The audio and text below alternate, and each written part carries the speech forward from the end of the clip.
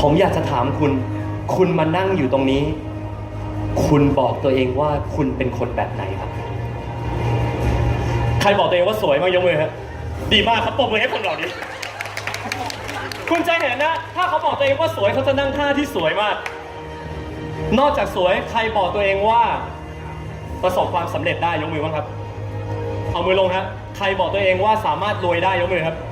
เอามือลงฮะใครบอกตัวเองว่าสามารถประสบความสำเร็จในความสัมพันธ์และความรักได้ทุกรูปแบบยกมือครับตบมือพวกเราฮะแต่การจะพูดกับตัวเองอย่างเดียวมันไม่พอคุณต้องเชื่อด้วยคนหลายคนประสบความล้มเหลวในชีวิตเพราะสักแต่พูดแต่ไม่เคยเชื่อในสิ่งที่ตัวเองพูดคุณจะปลูกฝังความเชื่อให้ตัวเองได้มากขนาดไหนวัดจากว่าคุณกล้าปกป้องความเชื่อตัวเองขนาดไหนผมบอกเลยฮะก่อนที่ผมจะไปยืนอยู่จุดนี้ได้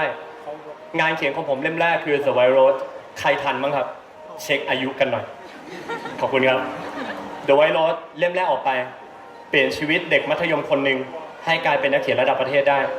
ผมยอมรับว่าผมประสบความสำเร็จแต่ผมโดนด่าเยอะนะพันทิปรักผมมากมีคนด่าผมว่าขยะวรรณกรรมด้วยนะผมไม่โกรธนะครับเพราะเป็นสิทธิ์ของเขาถ้าผมบอกตัวเองว่าฉันเขียนขยะวรรณกรรมตลอดผมจะเขียนหนังสือต่อได้ไหม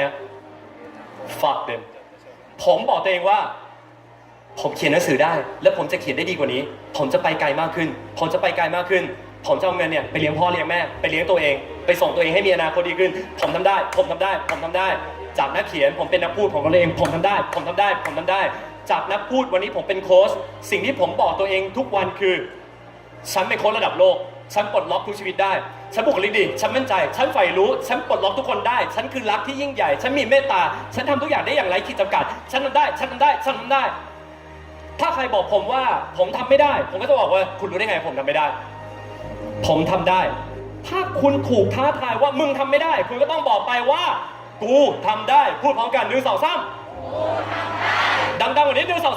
กูทำได้หลายคนไม่มีปัญญาจะปกป้องความเชื่อตัวเองแล้วก็ตกเป็นทาสของคำวิจารณ์ต่างๆโดนด่านิดเดียวก็ล้มร้องไห้เสียหลักเสียใจเราไม่ทำอะไร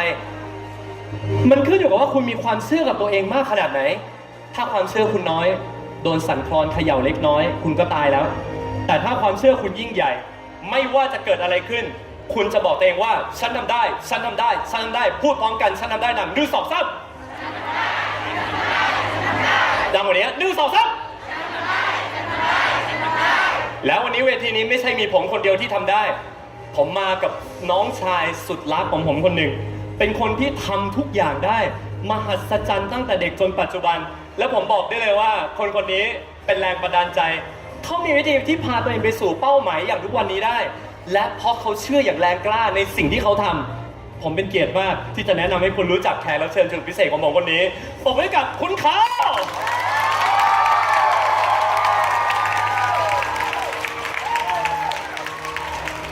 สุดยอดคุณเขามีเรื่องอะไรจะมาเล่าให้เราฟังครับเดี๋ยวนะฮะผมไปไม่ถูกเลยพี่ป๊อปทำเวทีนี้ไว้สูงดังเวหาผมไปดาดฟ้ายังไปไม่ขึ้นเลยนะฮะเอาล่ะเอาลงคงคายก่อนอื่นต้องขอบคุณทุกคนมากนะครับที่มาขอบคุณมากๆที่เป็นเกียรตินะครับแล้วก็วันนี้นะครับสิ่งที่ผมอยากจะให้ทุกท่านเนี่ยนะครับมาลองเล่นด้วยกันนะครับคืออันดับ1เลยนะฮะทุกคนนะครับขอเลยนะฮะรวมทั้งอาจารย์ป๊อปด้วยครับหลับตาครับ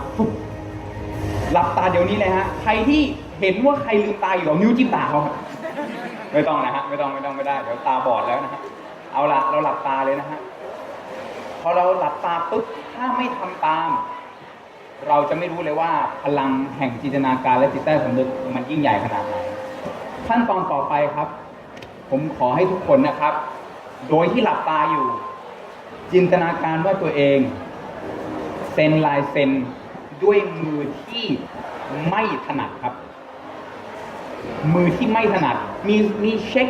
10 ล้านบาทมาวางอยู่ตรงหน้าเราห้ามหยิบปากกาเด็ดขาดนะฮะใช้จินตนาการของเรา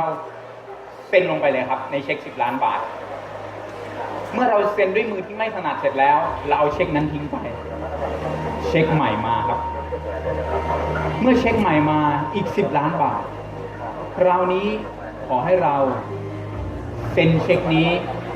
ด้วยมือที่ถนัดเซ็นรับเช็คนี้เลยครับ เมื่อเซ็นรับเช็คนี้ในจินตนาการด้วยมือที่ถนัดแล้ว ให้คุณนั่งนิ่งๆ3 วินาที1 2 3ลืมตาได้ครับโอเคคำถามนะครับถามอาจารย์ป๊อปด้วย ครับ เมื่อกี้ตอนทุกคนเซ็นเช็คด้วยมือที่ถนัดกับไม่ถนัดอันไหนเร็วกว่ากันใครบอกว่าเซ็นด้วยมือที่ถนัดเร็วกว่ายกมือครับโอเคเอามือลงครับ เมื่อกี้เป็นคำถามแรก แต่คำถามที่2เด็ดกว่า เมื่อกี้คุณได้เอามือเอื้อมไปหยิบดินสอหรือปากกาหรือยัง